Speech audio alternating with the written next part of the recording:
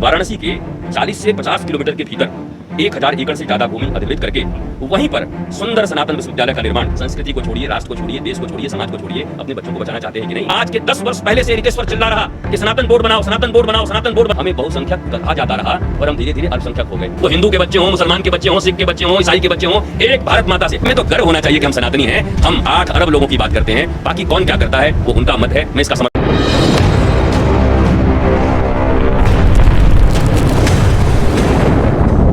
व्यवस्था जो बच्चों को पढ़ाया जा रहा है वो कहीं न कहीं ब्रिटिश शिक्षा पद्धति से, या वो शिक्षा पद्धति जो भारत का निर्माण नहीं, भारत के विनाश की ओर लगी हुई हैं।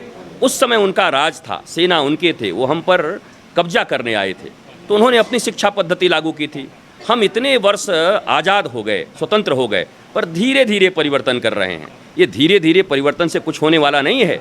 हमारी पूरी की पूरी नस्लें बर्बाद हो जाएंगी, तब आप परिवर्तन करके भी क्या करेंगे? यह सनातन विश्वविद्यालय भारत के पुरानी शिक्षा पद्धति, अर्थात वो से पुरानी का अर्थ ये नहीं कि वो पाषाण युग में जी रहे हैं, पत्थर से हम आग जला रहे हैं, हालांकि आज भी जलाते हैं।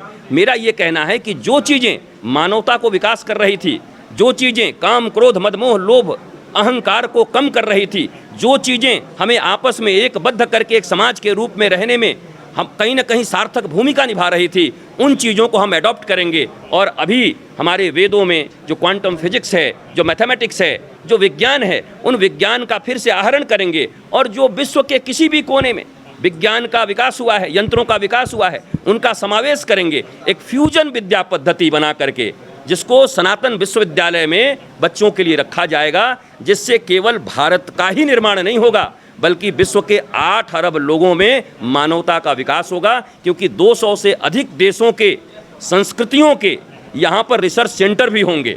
यह भी हम प्रयास कर रहे हैं कि उन सब संस्कृति और जो कुछ मानते हैं उनके भी रिसर्च सेंटर हों, और जो अच्छी चीज़ें उनमें होंगी उनको हम एडॉप्ट करेंगे। भारत विश्व गुरु के पद पर बल के द्वारा नहीं बल्कि अपने ज्ञान के बल पर बैठेगा और मानवता का मार्ग प्रदर्शित करेगा। इसके लिए इस विश्वविद्यालय का निर्माण हम कर रहे हैं। कब तक उम्मीद जताई जाए इस विश्वविद्यालय? देखिए, 1000 एकड़ भूमि हम अधिग्रहण कर लेने में करीब करीब समर्थ हो गए हैं, और यह भूमि जिस दिन पूर्ण रूप से बाहर आ जाएगी कि हमने ले लिया, और उसके 1 महीने के अंतराल में हम उसका शिलान्यास कर देंगे।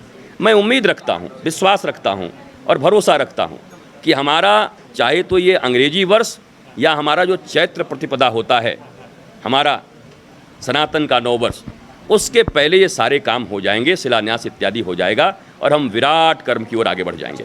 वो विश्वविद्यालय काशी में होगा या वाराणसी में? देखिए, काशी और वाराणसी तो बरुणा से 80 के बीच में ही है, परंतु जब धीरे धीरे वाराणसी का विकास हो रहा है तो शहर में तो इतना भूमि कहीं आप देख नहीं रहे हैं, और होगा भी तो शायद इतने का होगा कि बहुत मुश्किल हो जाएगी।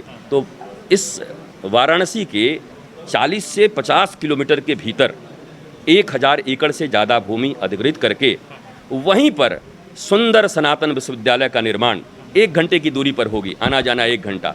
आज के इस यंत्र के युग में कहीं आना जाना कोई बहुत बड़ी चीज़ है नहीं, तो काशी ही उसको माना जाएगा। भगवान भोलेनाथ का जो त्रिशूल है उसका रेंज भी तो बढ़ रहा है। अब काशी इतनी दूर में थोड़ी रह गई है, अब काशी भी बड़ा हो गया है, तो उस विस्तृत काशी में इस विश्वविद्यालय का निर्माण होगा। देखिए, कोई भी विदेशी आक्रांता, विदेशी सत्ता जब किसी देश पर उनको गुलाम बना करके उन पर राज्य करना चाहती हैं, राज करना चाहती हैं, तो पहले वहाँ की भाषा, संस्कृति, विद्या इत्यादि का वो विनाश करती है। बिना संस्कृति का विनाश किए आप किसी के ऊपर राज नहीं कर सकते। तो 800 वर्षों से हम गुलाम रहे हैं। हमारी संस्कृति में जो धरोहर थे, जो ऋषि थे, जो वैज्ञानिक थे, उनको शट डाउन किया गया। हम भारतीयों को हीन भावना से भर दिया गया कि तुम लोग केवल सपेरे हो, जादूगर हो, कुछ नहीं कर सकते हो। आप केवल इनकी बात करते हैं। न्यूटन, जिन्होंने गुरुत्वाकर्षण की बात की, गुरुत्वाकर्षण इसके बहुत पहले खोज कर लिया गया है और वो लिखित प्रमाण है। अब आप लिखित प्रमाण को नहीं मानते। अब ये खोज हो रही है कि हिंदी कब आया, संस्कृत कब आया, ये गलत विद्या है, ये गलत इतिहास है। अरे गलत इतिहास पढ़ के तो हमारी ये हालत हो गई भारतीयों की कि जर्मनी कहाँ पहुँच गया और हम कहाँ पहुँच गए एक साथ आज़ाद होने के बाद। हम सही इतिहास अगर पढ़ने लगें तो हमारे भीतर में वो शौर्य, ओज, तेज जग जाएगा जो भारतीयों के खून में है, रक्त में है, और सनातन संस्कृति के बच्चों के रक्त में है। वो खून जिस दिन वास्तव में जागृत हो गया, तो वो खून सबके खून को एक तरह मानेगा। हम खून बहाने के लिए इस पृथ्वी पर नहीं आए हैं, बल्कि ये रक्त की धारा जो बह रही है उसको प्रेम, आनंद और शांति में परिवर्तित करने के लिए आए हैं। और आज जो विश्व, चाहे रसिया हो, यूक्रेन हो, चाहे ये जहाँ जहाँ आप युद्ध देख रहे हैं, इजराइल फिलिस्तीन ही देख लो, हर जगह युद्ध होने के कगार पर लोग खड़े हैं, रोज़ धमकियाँ मिलती है। क्या यंत्र का विकास, क्या आधुनिक ये विद्या का विकास हमें शांति दिया या हमें अशांति दिया? इसलिए सनातन विश्वविद्यालय केवल भारत के लिए नहीं, पूरी दुनिया के लिए एक सुंदर और शांतिदायक, आनंददायक विद्या पद्धति होगी। देखते देखते पूरा विश्व इसको अपनाएगा। आप इसी से समझिए कि हमारी जो राजनीतिक स्थिति है, भारत की जो संरचना है, केंद्र कुछ कहता है तो राज्य नहीं मानती, राज्य कुछ करेगा उसको केंद्र नहीं मानेगी। ये जो विषमताएं हैं, और केंद्र सरकार भी थोड़ा थोड़ा कुछ बदलाव किए हैं, लेकिन उस बदलाव से मैं नहीं समझता कि जितना समय आपके पास बचा है उस समय में आप अपने जनरेशन को तैयार कर पाएंगे। ये युद्ध की स्थिति जैसी स्थिति है, आपको बचना है। बांग्लादेश देखकर भी अगर आप बचना नहीं चाहते, अपनी संस्कृति को बचाना नहीं चाहते, संस्कृति को छोड़िए, राष्ट्र को छोड़िए, देश को छोड़िए, समाज को छोड़िए, अपने बच्चों को बचाना चाहते हैं कि नहीं? कि हमको भी बांध दिया जाए और हमारी बच्चियों के सामने बलात्कार कर दिया जाए उनका, हम जीते जी समाप्त हो जाएं? इसलिए खुद को बचाने के लिए, स्वयं को बचाने के लिए भी हमें केवल सरकार पर आश्रित नहीं रहना है। सरकार हम ही निर्मित करते हैं। अगर जन दबाव होगा, जनता की मांग होगी, तो सरकार को वही नीतियां बनानी पड़ेंगी। हम बैठे हुए हैं, हम मांग नहीं कर रहे हैं। हम सनातन संस्कृति के लोग मांग नहीं कर रहे हैं कि भैया सनातन बोर्ड बनाओ। आज के 10 वर्ष पहले से रितेश्वर चिल्ला रहा कि सनातन बोर्ड बनाओ, सनातन बोर्ड बनाओ, सनातन बोर्ड बनाओ, हमें भी अधिकार दो कि हम अपने सनातन संस्कृति को पढ़ सकें। लेकिन कहाँ बनाया गया सनातन संस्कृति का? बहुत सरकारें आई गईं, अब पता नहीं क्या, मैं सरकार के विषय में इतना जानता नहीं कि कितने सीटें चाहिए, राज्यसभा क्या है और ये क्या है। कुछ न कुछ मजबूरियां रही होंगी, नहीं कर पा रहे हैं, पता नहीं क्यों। परंतु ये सब चीज़ें अगर तत्काल नहीं हुई तो हमारे पास अब समय नहीं है कि हम करते रहेंगे। 5-10 साल के भीतर तो राष्ट्रवादी सरकारें आना भी समाप्त हो जाएंगी। देखिए, डेमोग्राफी तो एक भारत पाकिस्तान का बंटवारा हो गया, वह बंटवारा धर्म के आधार पर ही हुआ था, ये सब कोई जानते हैं। परंतु भारत के जो लोग, भारत के जो नेता, वो बड़े उदारवादी थे। उन्होंने कहा कि हम मिलजुल करके रहेंगे, मिलजुल करके रह रहे हैं। लेकिन आप देखिए कि जब बंटवारा हुआ तो वहाँ कितने थे, कितने रह गए? अब 23%, 1% हो जाता है। बांग्लादेश बटा, आज वहाँ स्थिति क्या हो गई?